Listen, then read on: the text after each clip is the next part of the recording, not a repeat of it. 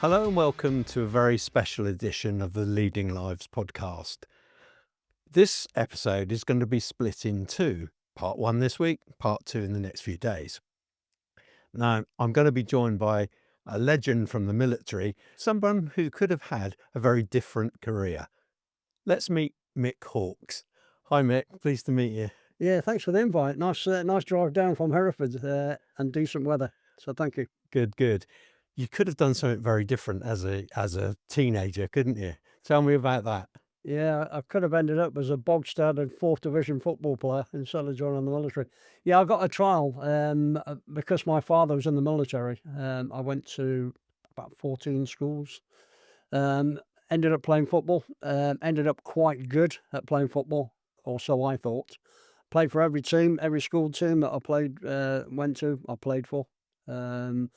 Ended up joining a German town because we lived in Germany at the time. So I played as a 13-year-old in their under-18 team. Wow.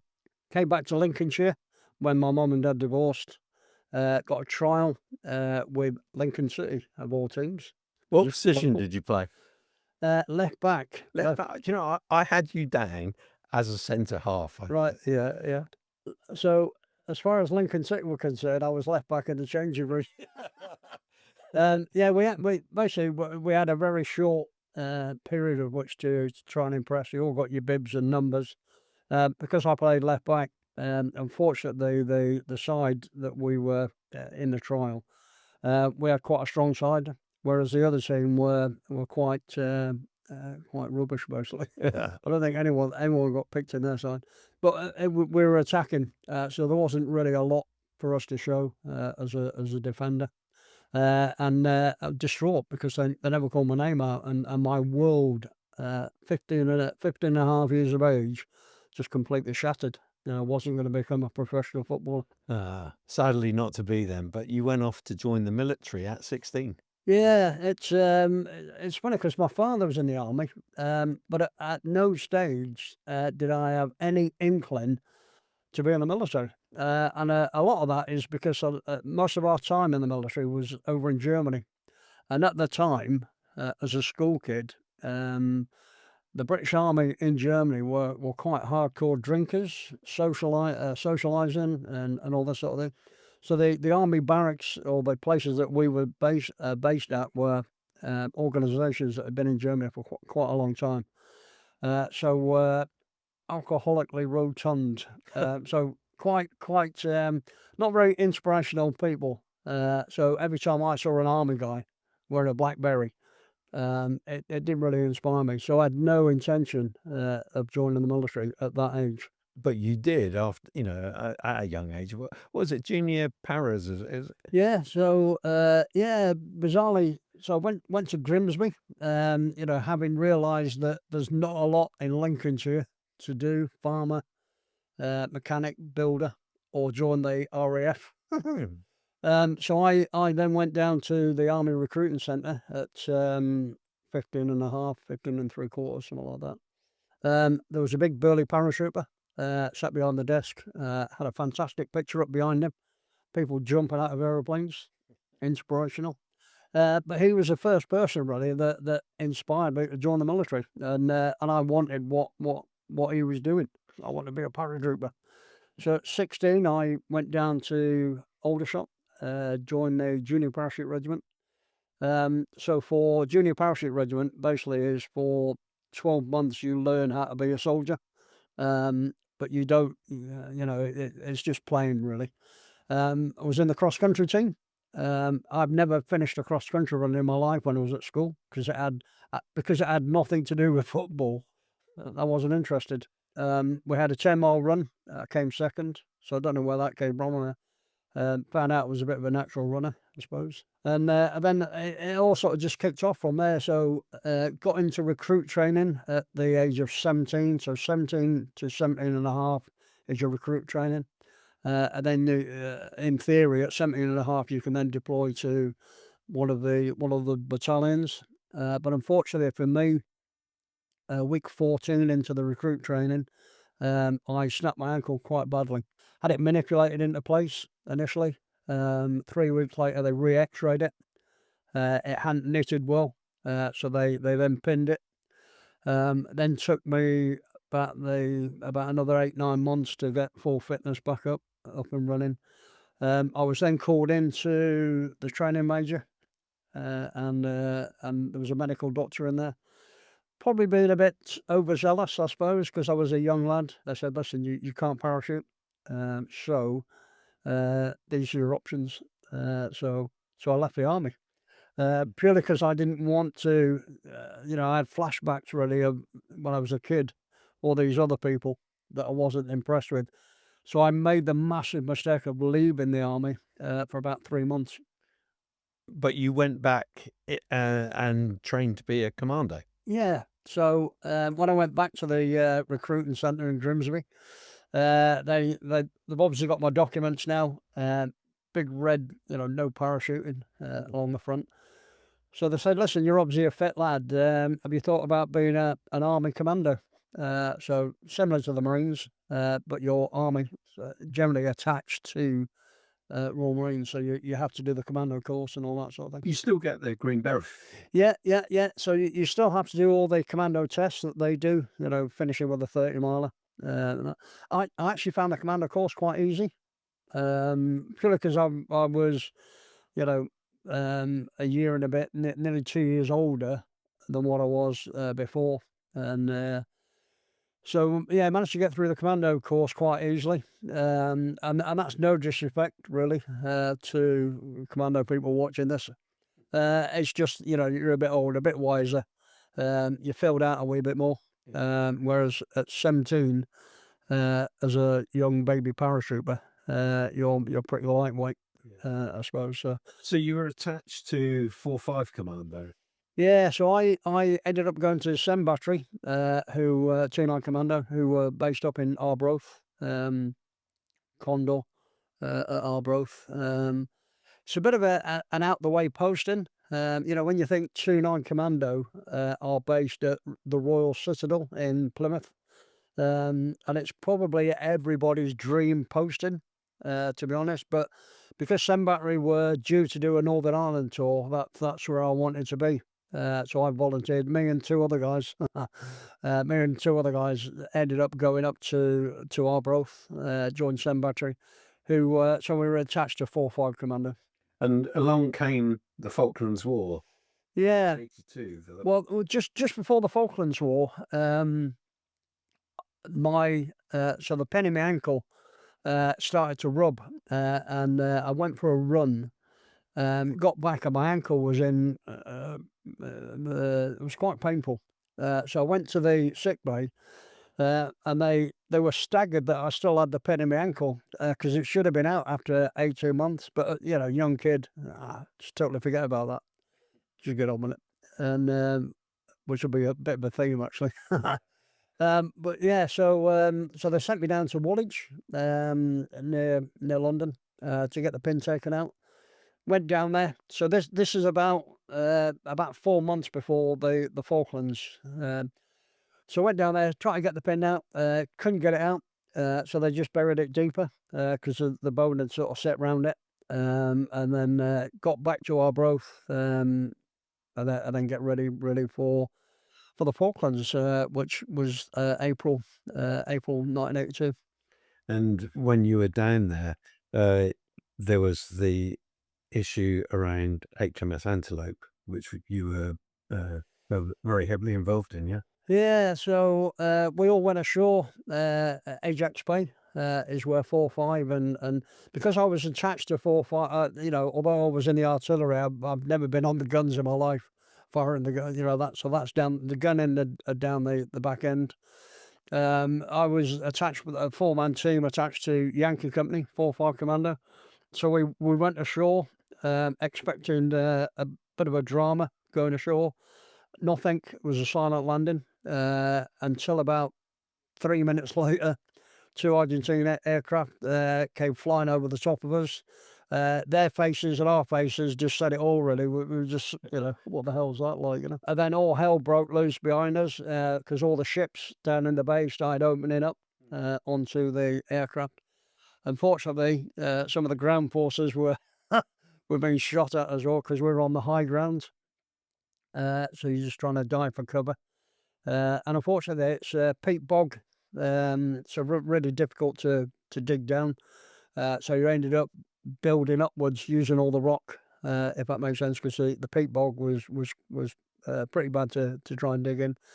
But unfortunately, after about 3 nights, the antelope, HMS Antelope, got hit. Unfortunately, probably 300 or 400 meters in front of us, and a pretty sorry sight. So it got hit, and you can see the smoke coming out of it, but it hadn't sunk by this stage, and a Royal Engineer bomb disposal guy went on board, tried to defuse the bomb. It went off, so he was killed instantly. But a real sad sight, I suppose, watching um, a frigate sort of break its back in front of you. Yeah. And sink. Yeah, and that, I suppose that one incident there made you realise that we're actually in a war zone now. Because before that, it was always, they're going to give up any second now, and because we never actually thought we'd actually go ashore, because we thought the diplomacy was it'll all get squared away. But now we were in it, You come across, I mean, we've had breakfast together this morning, which is pretty fearsome in itself, actually. But you come across as a fearless kind of character. But take yourself back there as a young man. Were you frightened? No. Not really surprised. Yes. But No, apprehensive, I suppose. And the reason being is, I joined the military to kill people. No, to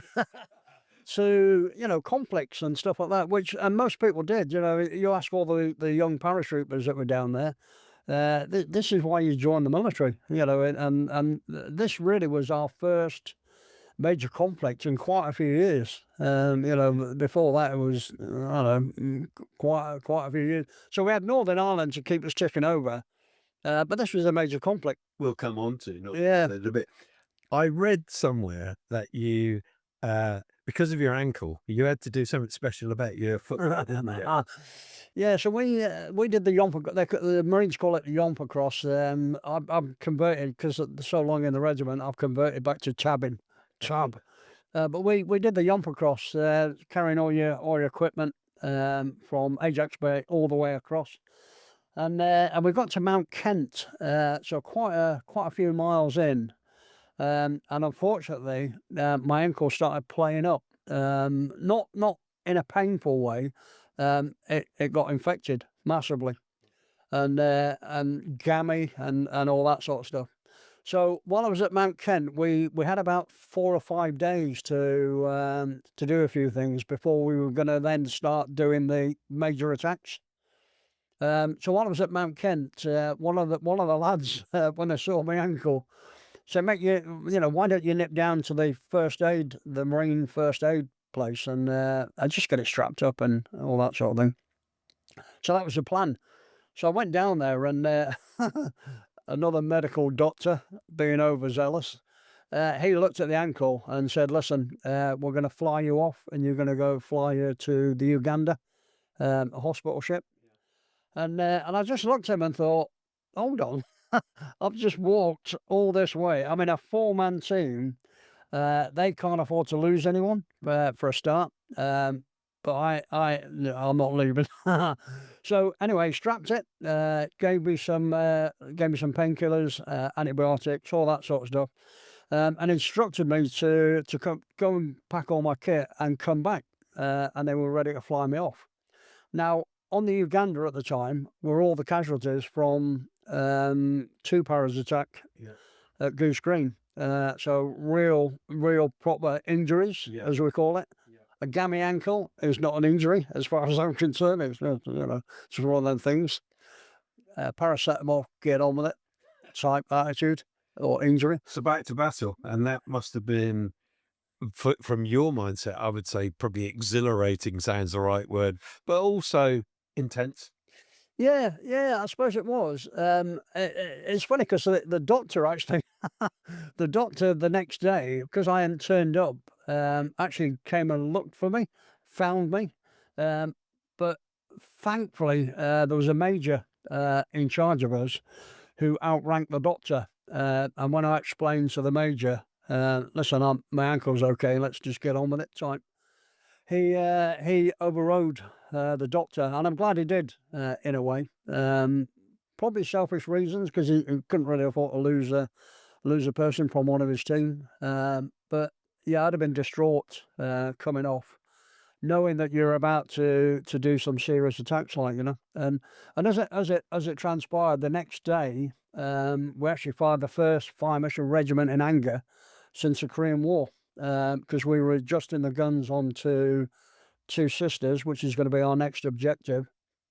And when I mean fire mission regiment, we had three batteries down there, 7-8 battery and 7-9 battery, and it's firing all the guns together. So 18 guns firing on one position. And it wasn't an attack. It was just adjusting the guns. But to hear that that's the first fire mission regiment in anger since Korea. On the downside, which I didn't like, when we came back to the UK, I was asked to give talks about it, which I wasn't happy with, purely because, that's your job, nothing special, just getting on with it type thing, But apparently people like as a shrinking vial when it comes to talking bit. yeah, no, it's lots of people do things down there, and to me, fire mission regiment in anger, that's not really a special thing. It's maybe in some people's eyes it might have been, but yeah, it wasn't. But it's yeah. So the ankle really, we got it strapped up and we cracked on with it. And thankfully, when we did the attacks on Two Sisters, I found it quite an enjoyable attack. And it was quite bizarre because on the start line, when you do an attack of that nature, it's always a silent attack. So you try and get sleep there. Basically, we had 3 para on our left, attacking Mount Longdon, so that went off massively, and we were still on the start line, waiting.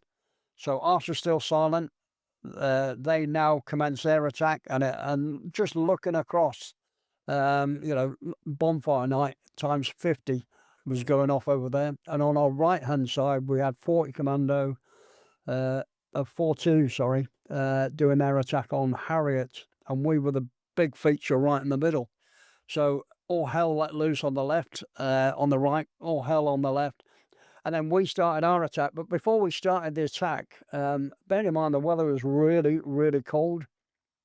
And you just laid in at the start point, really. And there's not a lot you can do. When you're freezing, you can't really stand up and warm yourself up because you've got these Argentinians trying to find where you are, But they were randomly firing mortars into that area where we were, and it was just one of them situations where these mortars are going off, but because you're laid there and you're hugging a rock.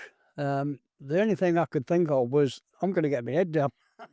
I'm going to sleep now, because you don't know how long this attack's going to go on.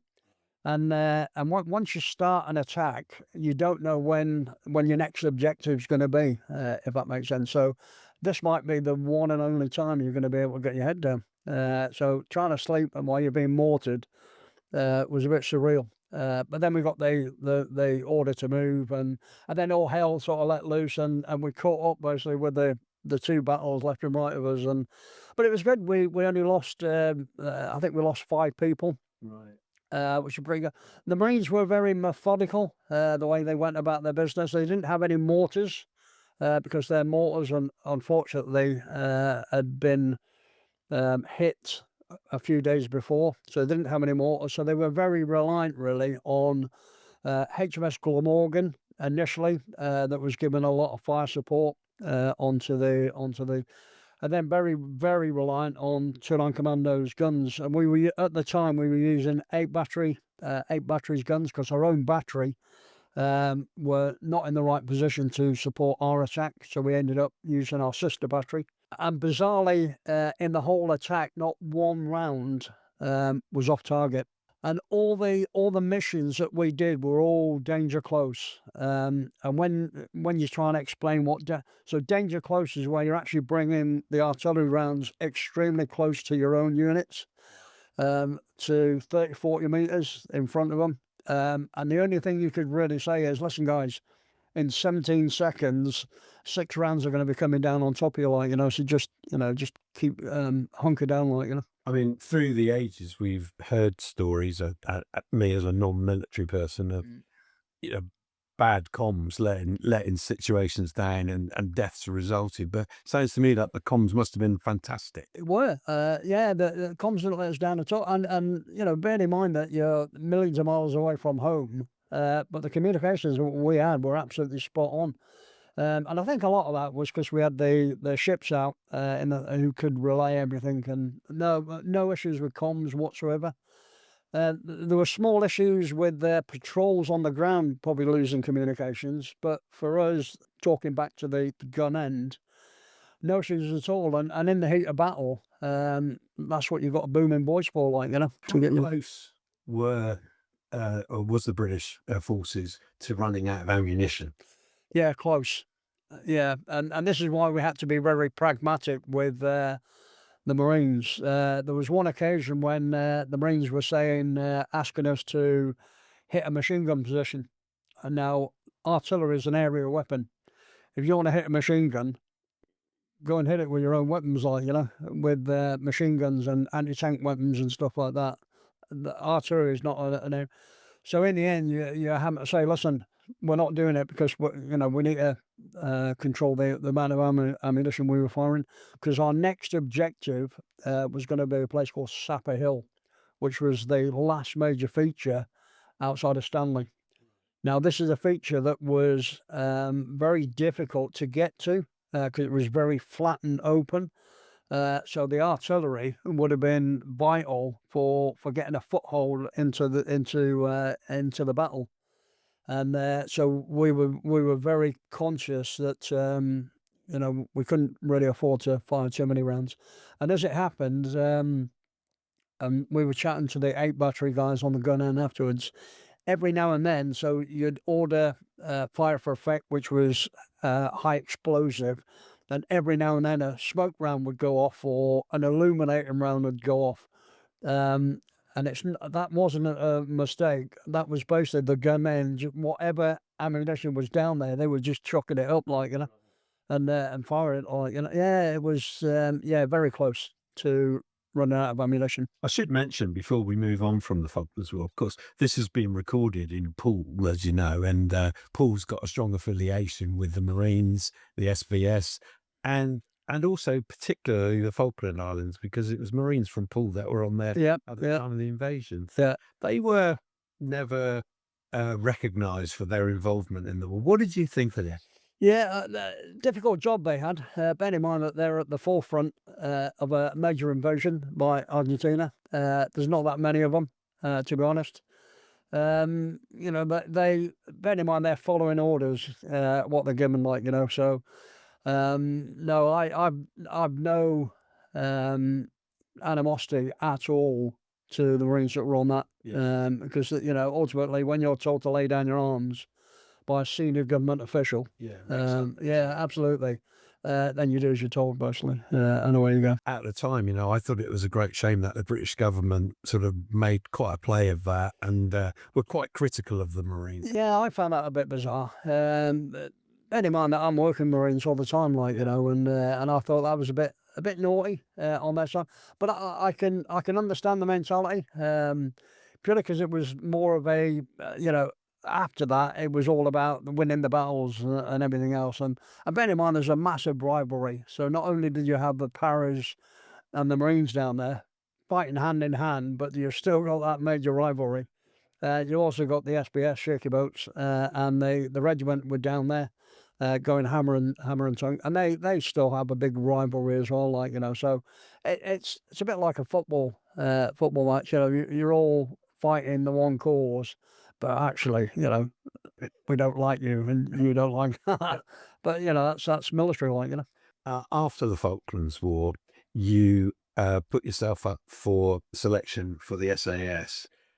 How did that come about? So the Falklands really was one of the first time I'd ever known about the SAS was when I was on the commando course, and the Iranian embassy kicked on. Of course, yeah. When I saw Special Air Service on a bit of paper, I actually thought that was something to do with postal.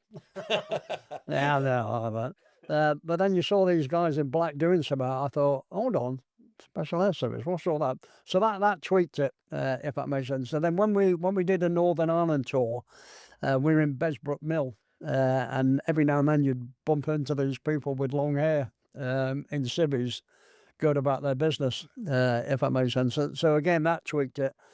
And then the Falklands, really, I had some good and bad experiences with the Falklands. Bad ones, really, picking up ammunition that had been discarded. 200 round bandolier rounds, discarded. People going sick, and my feelings on that. To be honest, in a war zone, losing your arm or getting your leg shot off is a reason to go to the sick bay. Anything else is no reason at all. You just got on with it, like hens say, just get it strapped up and give me paracetamol and let's get on with it. So that triggered it as well. And I just thought, actually, I need a change of scenery now. And one of the things about 29 Commando, fantastic unit, but you could plan your year 2 years in advance. And for me, that's not military. Because we knew we were going to do 3 months in Norway. We knew we were going to do a Denmark trip. We knew that we were maybe going to do a little summer trip, and we knew that we were going to do all these other live exercises. So when you can plan that 2 years in advance, it just takes away the edge of what you're trying to do.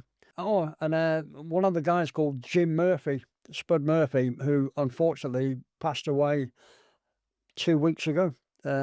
Rest in peace, yeah. He was one of the original ones from my era of 29 Commando that volunteered to do selection. So he was a bit of an inspiration, watching how he went about his training and everything else. And he did selection, came off, got injured first time, and then went back and passed. And we all knew that he was going to get in. So again, having people like that to look up to, started to give me that urge to go on, So actually on the selection itself, but you start out with what, a couple of hundred people or so? You felt right? Yeah, on average, so I did 2 selections. Yeah. The first one, 1986, was the worst weather. Worst weather for a long time. It was that bad that they actually cancelled test week because of the weather. It's like a training fitness regime, isn't it? Basically, it's all the tests. So test week is the test week, which is 7 marches over a 6-day period. Because you do a night march, and you do a sort of NavX with a paper map that you've just drawn. Right, away you go. And that really finishes, and then you're straight on to endurance, which is the final thing. So the weather was bad in 86. So we're on test week. First route, not too bad. Second route was a place called Elan Valley, and which is a bit like the Falklands, peat bog everywhere. But you compound that with snow that comes up to your groin, plus your Bergen, plus your weapon. And when you're first off a truck, you know that you're going to be trailblazing. You see, I'm a little bit confused by something here. You had a bad ankle and you were not allowed to jump to a parachute. And how did you get past that? Yeah, At that point. yeah. So knowing full well that you can't join the SAS if you can't parachute. Yeah, cool. So 2 years before that, I the battery were away doing something, and I was on leave, and someone told me, Mick, there's a para course on. So the clerk was fairly new up in Arbroath, so I knew that he didn't know my records. So I rang him up and said, listen, do us a favour, I'm on leave anyway, but can you book me on the para course that starts on Monday? He went, yeah, no problem at all. I went, yeah, cheers, mate. So I went down to Brysdon and jumped. First jump was out of a balloon, and when I was coming down, I suppose you've always got that. Is the pin is it gonna affect it? And as it happened, it didn't at all. We then did 7 jumps from an aircraft. We then did a final jump, which was the classed as an operational jump.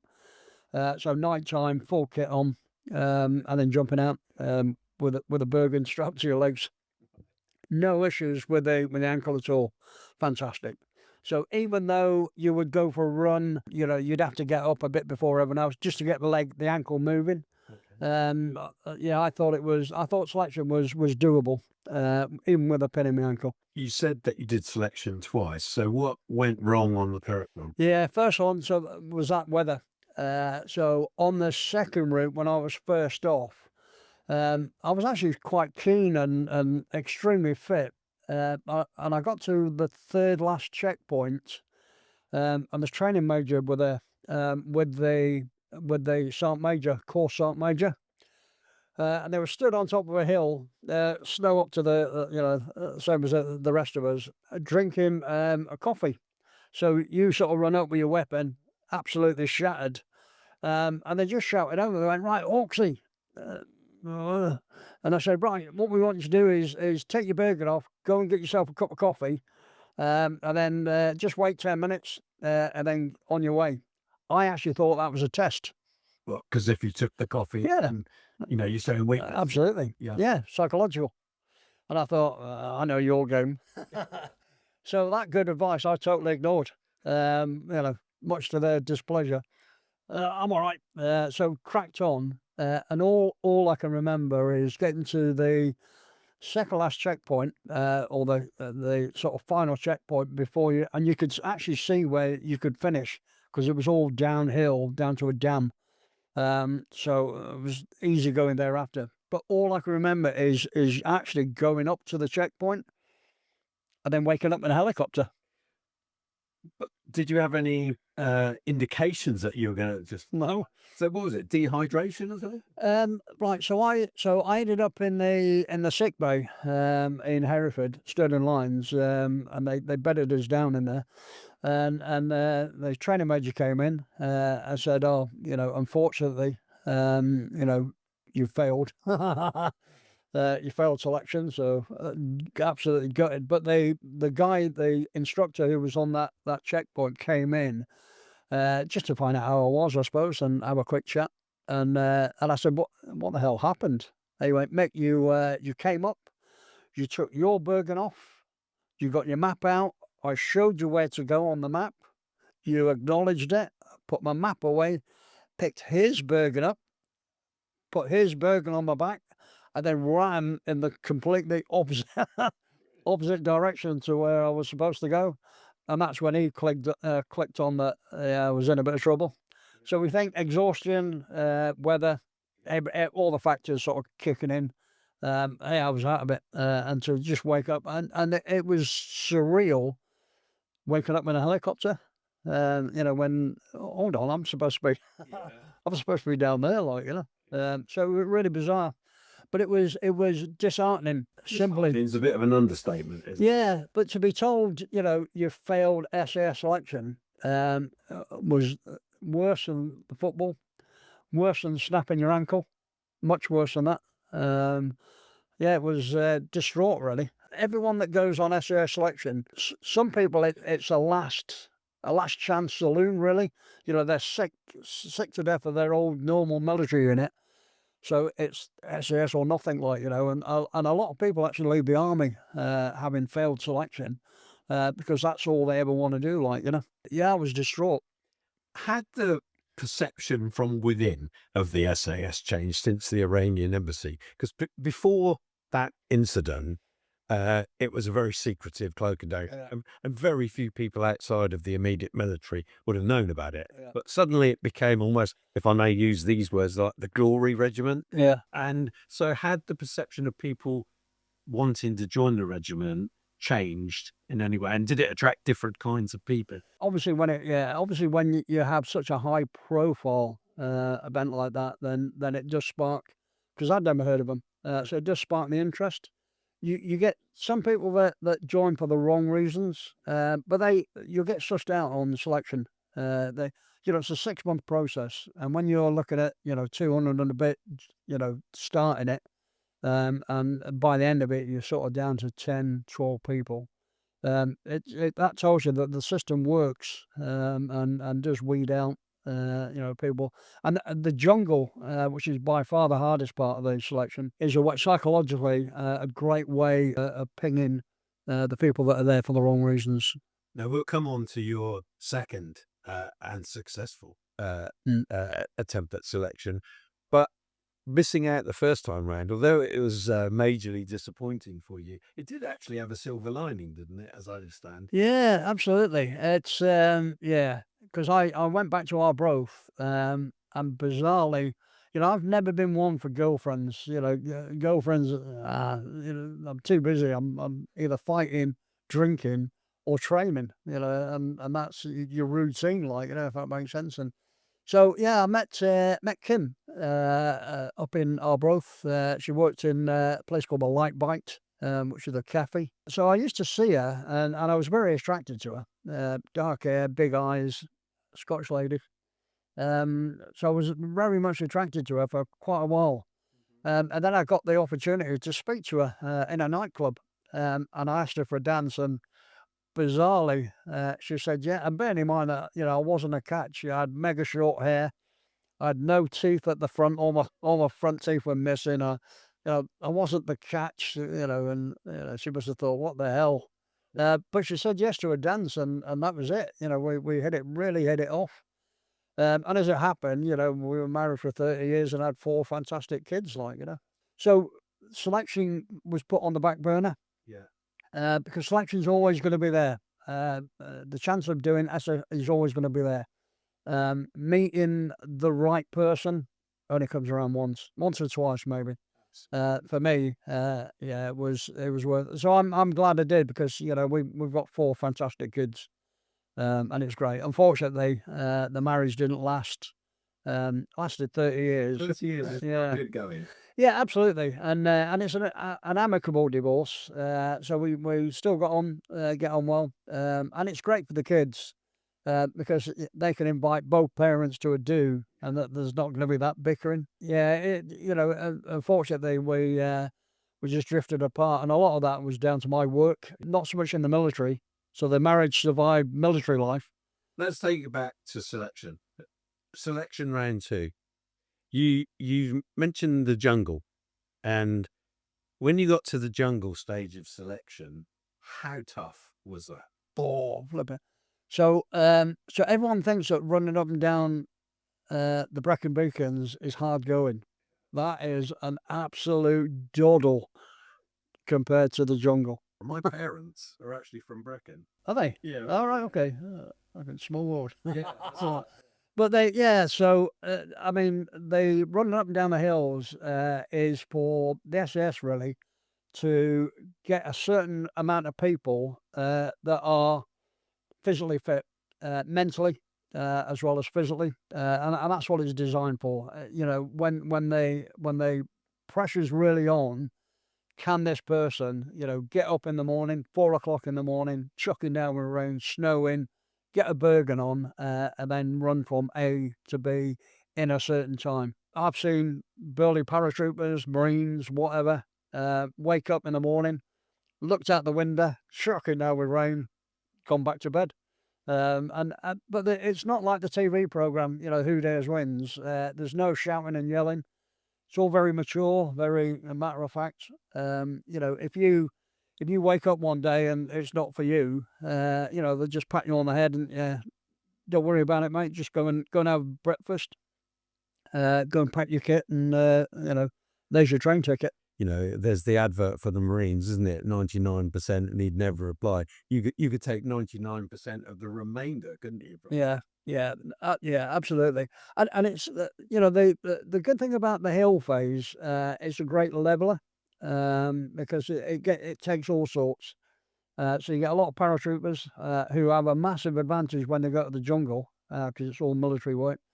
But on the hills, no advantage at all. And you get someone, maybe a chef, a tanky, a driver who's physically fit, and it's a great leveller. But that leveller tends to change as soon as you hit the jungle, where it's all warfare. It's military. The ground itself is very undulating, very hilly. To travel 2 kilometres a day is pretty good going, because you're not allowed on tracks. You've got to fight your way through primary jungle to get from A to B. You're getting caught up in wait-a-while trees. We call them wait-a-while because once you get tagged up in it, you ain't fighting your way through there. So when you're starting to do the attack phase of it, or the range work, you're hitting these bushes and it's hard going. And psychologically, because you always think that you're being watched, so that has a profound effect on you. How could you be watched if you're surrounded by trees? I think it's a psychological thing. You just assume that people are watching you, and that's why your weapon's in your shoulder all the time. Everything you do has got to be to the top of your limit, to what you've been taught. They, non-infantry people like me, they have a slight allowance really, because they expect a paratrooper to be able to do the ambush and this, that, and that. But what they do is, so they'll tell you once, you get on with it. If they have to tell you a second time, that tells them that maybe you're not for them, Right. So they expect you to listen, take in what they and then do exactly as they've told you, and nothing more, Is that along the principles of the EDI principle? Yeah, yeah. But again, the system works. It's a good friend of mine, Billy Billingham, was a DS on proper selection, not who does wins. And he actually mentioned that it's probably one of the most favourable courses, because you can have in the jungle, for instance, you get given a DS, an instructor. You may have a slight personality clash with that DS, and we understand that. That happens. But what they do is when you do the final exercise, so you're 5 weeks working with one DS, and then on the final exercise, you're put with another DS so that they can just see. So if a guy's made a couple of comments about you as an individual, this other person can come in there and say, well, actually, I never saw that. So it's actually quite a fair system. So generally, people that pass are people that are generally worthy of passing. We had a fatality in the jungle, not an SAS guy. It was a lad who was attached to the regiment. We did a camp attack. So we did our camp attack in the morning, and it's blank firing rounds, so blanks in your weapon. In the afternoon was another troop that were doing it. We heard it. We were doing something with our weapons, but you always know when a live round has been fired. So hundreds of blanks being fired, one live round goes off, and you know straight away. And unfortunately, one of the guys on selection, there was a live round in with his blanks. The live round hit the back of the blank firing attachment that's on the end of your weapon, hit the back end of it, and a slither of the round had gone down the side and hit the guy straight in the heart, and he was probably dead before he even hit the floor, unfortunately. But that was a bit of a culture shock. You're in the jungle to do jungle training, and then all of a sudden you've got a fatality in there, and it's this is what the SES is about, that we do train right to the very limit, I want to move things on. I mean, I would have loved to talk about the stress positions and all of that you get put in. But once you'd got through, where were you deployed?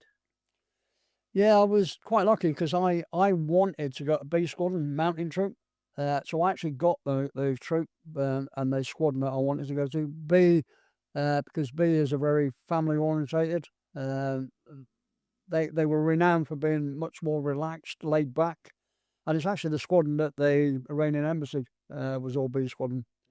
So some of the remnants really, John McAleese, rest in peace, Rusty Furman, were all still in the squadron when we got there, so it was a fantastic time.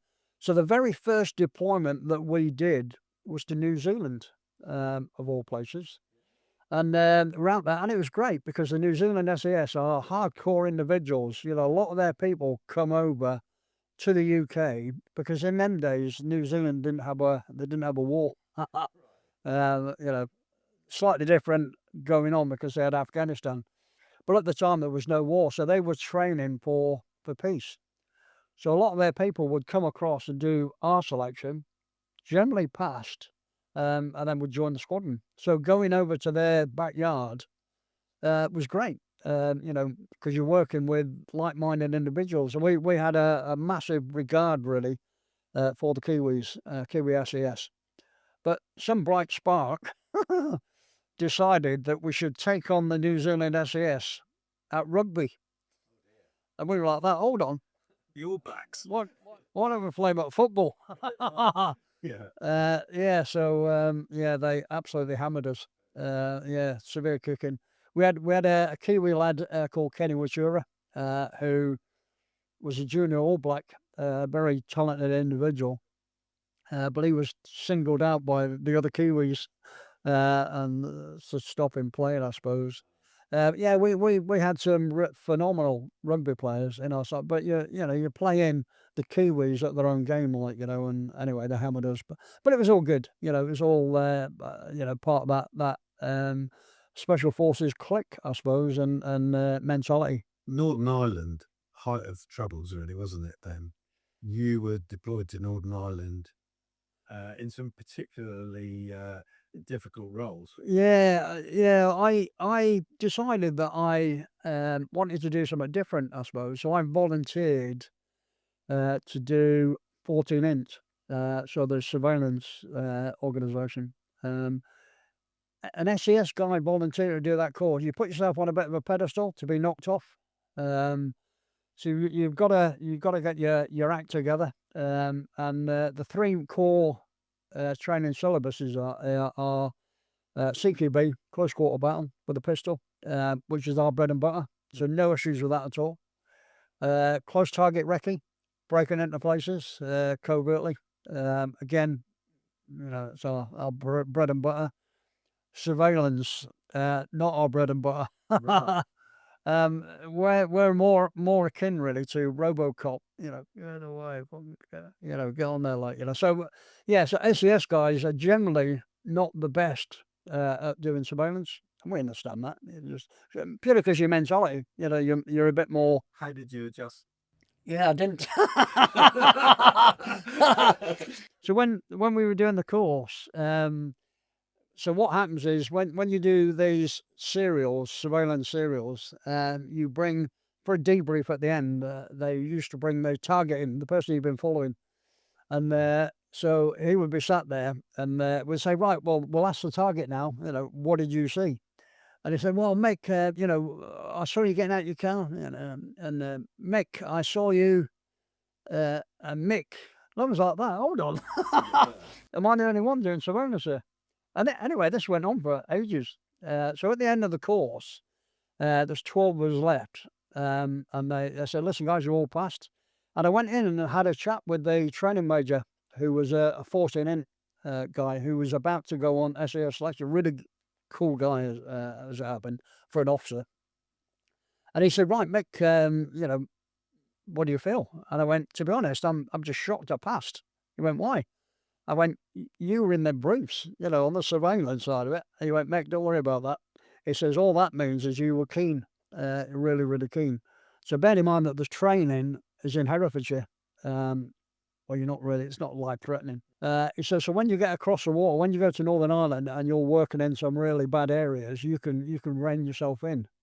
Some people here that don't get stuck in a training environment are going to find it really hard to get stuck in when they go to Northern Ireland, and that really rang true. We had people within the det, because there's 4 dets over in Northern Ireland. At the time, there's 4 dets in Northern Ireland, different areas. And we were in North Det, which covered North Belfast, plus rural wide, everywhere. You had a det specific for West Belfast, because that was the busy one up in Londonderry, and then South Det, who did South Armagh. So we were the odd one So we had North Belfast, Shankill, Ardoyne, Tigers Bay, New Roads, that area. Very volatile areas because they were very close to the Protestant and Catholic areas, quite volatile. So when we got across there, we realised that some people didn't actually like getting behind the target, whereas regiment guys loved getting if you've got a good chance of getting stuck in. Some people prefer to be in the cars, and technical people. So I never ever had a camera in my car. Why? Because I'm not technically orientated. There's much better people here to do that. So you had people that had 4 fantastic cameras in cars. So when they needed a photograph, they would do the drive past and take the pictures. Right. Whereas, I was one of the people that, right, we need to walk past. Yeah, I'm there. And off you go, walking down. So it's horses for courses, really, in the thing.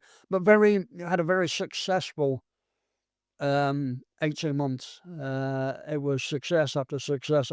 And on 2 occasions, we stopped the IRA from blowing up police stations. That's an incredible result. Yeah, absolutely. So, saving lives, really. And for that alone, it was a great tour, and I loved it. It's a good skill to have. But, regiment are not surveillance. We're not geeks. We're not surveillance orientated. We're more akin to the Get your hands dirty. yeah. When you used to deploy, not so much with the DEP, but from the regiment, when you went on operations, you would, after the operation had finished, you would be picked up either by vehicle and taken away, and then the normal Green Army would come in there and or helicopter. So as soon as the job's finished, Yeah. the last thing they really wanted was SS people on the ground. Right. So you get extracted pretty sharpish, and away you go. The helicopter thing that I think you're referring to is jungle. So when we finished our selection, the Belize pilots were all learning pilots, and they were taking off, and then they were landing quite hard and struggling. And we'd all just come out of the jungle and, trying to get back and thinking, flipping hell, we're going to die. We are going to die. Anyway, one of the DS comes running over, jumped on the helicopter, and one of the other DS threw him off. And we were all looking at him thinking, hold on, you can't do that. Anyway, so the helicopter we landed, and we got talking about it, and we sort of said, how come you threw him off? He went, if you knew his past record with helicopters, and it was a guy who'd survived both the major helicopter crashes in the Falklands. So so one of the DS thought, we're not having him on. He's a bit of a Jonah. So off he went, yeah. But helicopters for us are a major asset. And I tell you what, I tip my hat really to the Special Forces pilots, which is why I'm very vocal at the moment with the Chinook air crash, because they were Special Forces pilots that flew into, and call me old-fashioned, but you don't fly in at maximum speed into the side of a mountain, Mullock entire, without something happening with that aircraft, if that makes sense. And bear in mind that the MOD are refusing to speak to the families. So this is 30 odd years ago now. And families and relatives and everyone else are still waiting for the MOD to give answers. Sad. Let's move on to Bosnia. Now, there is a folklore tale about you in Bosnia, isn't there? Yeah. It's funny because I'd literally just got back from Northern Ireland. So, in fact, my hair was a bit longer than this in Northern Ireland. Big gold earring. And then get back and I think we were just finishing on the anti-terrorist team in Northern Ireland. So, shave your hair and on with a black kit back on. And then we were doing the build-up really to going out to Bosnia, and we were taking over from A Squadron. We all sort of disappeared doing courses. They actually put me on a HGV1 course for 5 days. And it was A Squadron had rang up and said, listen, the Serbs are using HGVs, heavy goods vehicles, or Arctic trucks to block the roads. Just make sure a couple of the guys can jump in them. So they went on a course really, and we all 5 of us who'd never been in a truck before, Arctic, all passed the course, and were given an Arctic license. Thankfully, none of us, drove in Sibby Street, if that makes sense. But it just gave us so I was on that. Billy Billingham, a good friend of ours, was on a Serbo-Croat course with quite a few other people. And it was a 6-week course, really, just to learn the basics of Serbo-Croat. Other people were doing other jobs and this, that, and the other. So I actually deployed to Bosnia 2 weeks after the squadron had left, because I was still doing a course. So Billy and 3 other lads, really, were sent to a place called Bihac, which is in the northwest of the country. And it was quite a hardcore area, because this was a Muslim enclave that had held out for quite a few years, really, against Serbian opposition. So quite hardcore. And it was an organisation called 5 Corps, and the general in charge of it was General Didakovic. Squat, powerful individual, great leader. So we went out, and the SAS teams worked in 4-man teams, scattered all over Bosnia, basically. And we were the eyes and ears, really, of whoever the general was down in Sarajevo, which is great. Unfortunately, UN couldn't really operate properly because you're under a UN mandate. So deliberately, we refused to wear UN signature, but didn't wear helmets, didn't wear body armour, none of the badges. We didn't look like UN. The plus side of that, it means you just get on with your job, and just say, and just push people out of the way and just get on with it. The downside of it is what happened to us. You can get the bad side of it. So what happened was we were tasked. There was 4 of us in the patrol. Me, Billy, 2 other lads. Were tasked really to set up a meeting between 2 generals, Didakovic and a Serbian general. And it was all about, so 3 weeks later or 2 weeks later, the ceasefire was going to kick in, and overnight it was going to become a NATO operation. So it was all preparation ready, and the 2 generals had to meet to decide and agree on the different land, the border, which they were happy with, and troop movement. So we'd set the meeting up. So the day before we set the meeting up, we did our recce. Time spent on recce, seldom wasted, as they say. So we set the meeting up. So day before, me and Billy went down and spoke to the Serbian front line, spoke to the Muslim front line, the Serbian front line. And like I say, the reason we don't wear body armour is none of the frontline troops of the Serbs or the Muslims have got body armour. So you turning up with your big fancy helmet and your body armour on, you lose street cred straight away, because these people are not going to talk to you. But you turning up, looking roughly like they do, you're going to win the hearts and minds. When we talk about hearts and minds, it's about winning the hearts and minds of the local population. Yeah. It's also winning the hearts and minds of the fighting troops, because that's the only way that they're going to open up and talk to you, if that makes sense, by having that street cred. And it's quite ballsy to do, ditching all that protection, just get on with it. But it worked well. It's and to be quite frank, to be shot at, captured or whatever, it's pretty much expected. Just some of the stuff you do, you expect something's going to happen. Thankfully, we only lost 1 person who was shot and killed. Unfortunately, rest in peace, the young lad. But that's part and parcel of the job, and away you go. So we'd set the meeting up. So the day of the meeting itself, and with the day before, we'd actually said, listen, we're going to come down and we'll see you again tomorrow. Set the meeting up. 2 lads stayed with the meeting itself. Me and Billy decided to bang on the side of a warrior vehicle, that was giving us protection from a 2LI, Second Light Infantry. So listen, guys, we're just gonna nip down there for a quick chat with the Serbs, have a quick coffee, Slivovic, and then got down there. And normally my situation awareness is actually quite high, and so walking down there, I just thought this looks different. Got down there, and unfortunately, we forgot to factor in the general factor. So bringing their general up meant that they brought their sort of special forces type organisation up to look after him. So the people that we saw the day before were no longer there. They were different. So we walked up there. We obviously spooked them because we didn't look like UN. We spooked them. We only had pistols. There was eight or nine of them with carrying an AK or AK equivalent, their variant of an AK-47. Surrounded us. You're not going to win a firefight.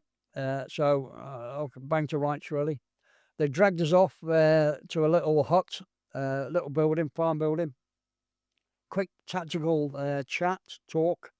Billy was talking Serbo-Croat to them.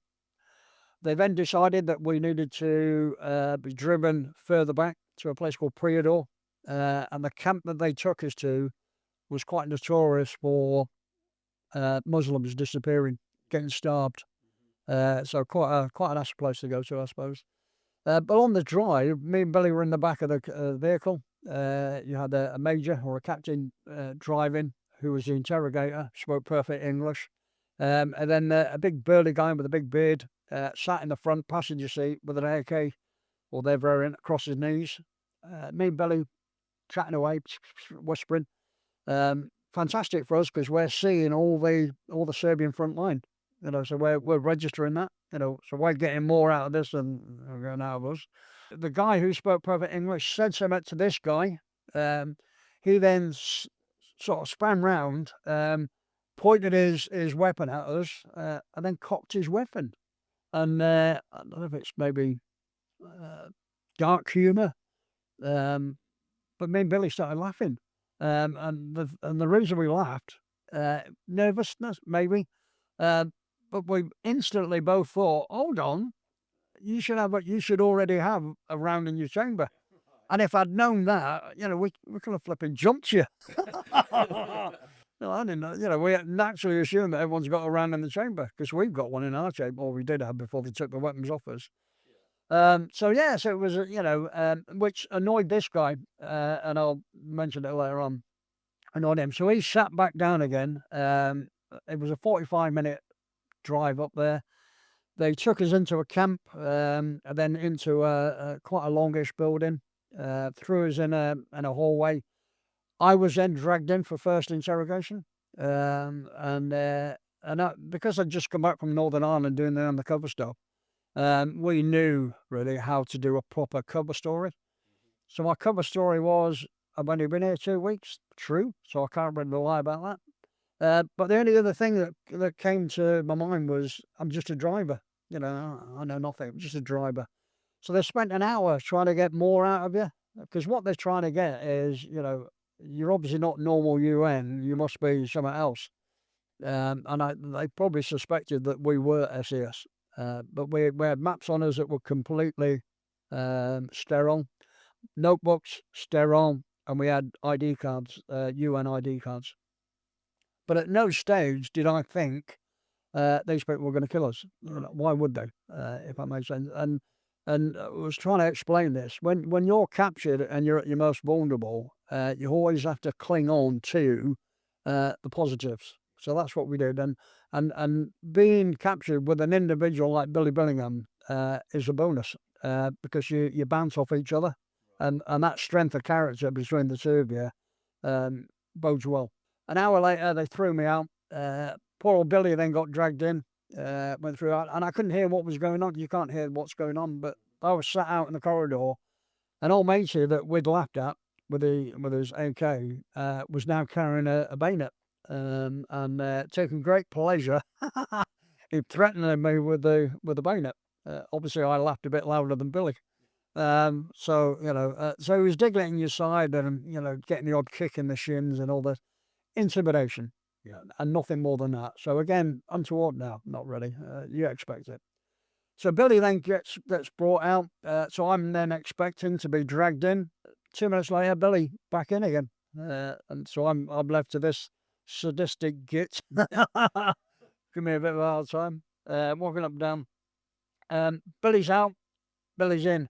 This went on about 4 or 5 times. Billy got dragged in and out, and I was just left outside. So the cover story obviously worked. They obviously thought Mr. Thicky, just a driver, we'll leave him to. Anyway, for the final time, Billy got dragged out, and we were fairly close together. And sat down there. So when he got forced down, but Billy leant over and went, "Flipping hell, Mick, what did you tell them?" I went, "Sorry, mate, I just said I'm the driver." And Billy looked at me and went, "Yeah, but I'm the driver." And it was again that sort of laugh, and snooze you lose, mate. I wasn't for that, snooze you lose. But because Billy had spoken Serbo-Croat, they just put 2 and 2 together and thought he must be the clever one, and the driver must be Mr. Thicky. But in the meantime, they had obviously realised that we'd been captured, so they rang up General Smith, I think, at the time, who instantly just said, "Listen, don't worry about it, not a drama." Go and harass the Serb general and tell him that he's going to be taken back to B-Hatch. The thought of a general from the Serbs being taken to B-Hatch was just too much for him. So they gave him a sat phone. He called back to wherever. We were then released. So about an hour and a half later, we were in the same position, walking back now with all our kit. They'd given us all our equipment back. But as we were walking back, we just thought, look, sort of chatting away, and it was flipping. That was a bit different. But absolutely, no dramas. It was as if it was just a normal day, but a bit of a hiccup. No dramas. And that's how we treated it, really. Because the next day, we were back out on operations. Talking to the frontline troops, and so it was as if nothing had happened. And quite ironically, the only reason this ever came to light was Billy was talking on Who Dares Wins about capture, and he spoke about the fact that he'd been through that system. Anyway, he was getting phone calls from people from our squadron who were based in Bosnia, who knew nothing about it, who were saying, "Hey, Billy, you've never been captured. That's a bit of bullshit." And he went, "Actually, we have.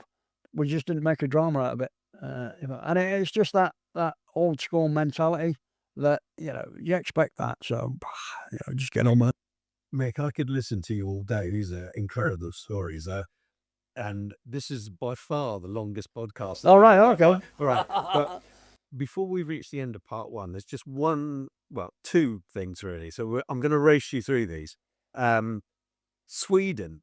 It left its mark on you in more than one way, didn't it? Yeah, it did, and I'm a bit brief. Yeah, and I'm battling at the moment. So yeah, we were teaching the Swedish army, police anti-terrorist unit, and we were putting door charges on doors. When we put a door charge on the door, we're stood. So we put the door charge on the door, and then we're actually stood right next to it. So you blow the door, and then once the door's in, you're on top of them doing your business. So they were putting the door charge on, and we were watching them, and they were walking about 100 meters away. We were like, "Hold on, right, come here, lads, we'll show you how to do it." So I put the door charge on, and I noticed that the deck cord was quite thick. We used 10 mil. They were using 30 mil, unbeknown to us, 30 mil, so 3 times the power. The other thing that we didn't know about, that they were using metal detonators. We used plastic for obvious reasons. Door charge went off. My respirator and my earphones ended up where they were stood, 100 meters away. Lucky it wasn't your head. Yeah, well, staggered in, because of muscle memory. Staggered in, shot at the targets, probably missed. But I looked down there and I'd lost quite a lot of blood. About 2 points, something like that. Really? Yeah, and what it was a slither of a deck had gone straight through my arm, and blood pushing out. Went to Stockholm Hospital. They left it in situ, and they did say, "Listen, it's so small, nothing to worry about." 3 years later, I was on the phone ordering ammunition at Pontralis, chatting away, blah, blah, blah, blah, blah. Instantly, phone went dead. And I actually thought they put the phone down on me. I thought, cheeky bastards. I was just about to put the phone down and I could hear the murmuring. Put it on this ear and it was booming. Nothing. But no, that's a bit weird. Anyway, so ordered the ammunition. 3 days later, went to the sick bay in Hereford. Said, do us a favour, can you find out what's going on? They went, Mick's probably wax in your ear. Oh, okay then. Checked it, no wax. Undercover work, Northern Ireland. You used to wear an earpiece. I went, yeah, I used to wear it in my left ear. Ah, right, okay. MRI scan. So they sent me down for an MRI scan. They said, have you got any metal in your body? I went, yep. Bit of metal in my arm and a pin in my ankle. They went, no. That metal is lodged at the back of your brain, and it's that severed the hearing instantly, which is why the phone went dead instantly. Trying to battle that now with the MOD, what a nightmare. Yeah. Purely because they can't believe it. We're going to come back to that in part 2.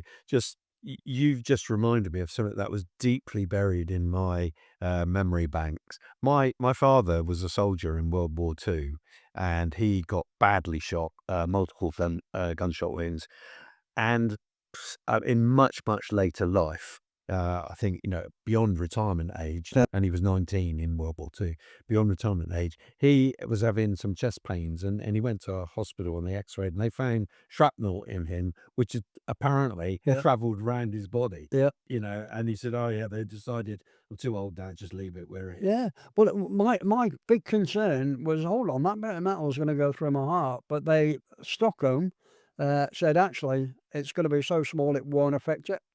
So when I came back to Hereford and spoke, and they went, Mick, they're right. They're absolutely right. So everything that Stockholm did, the regiment or the medical people here agreed with it, if that makes sense. So who am I really to argue the case? But they're the experts. How did that affect your career in the SAS? Yeah, massively.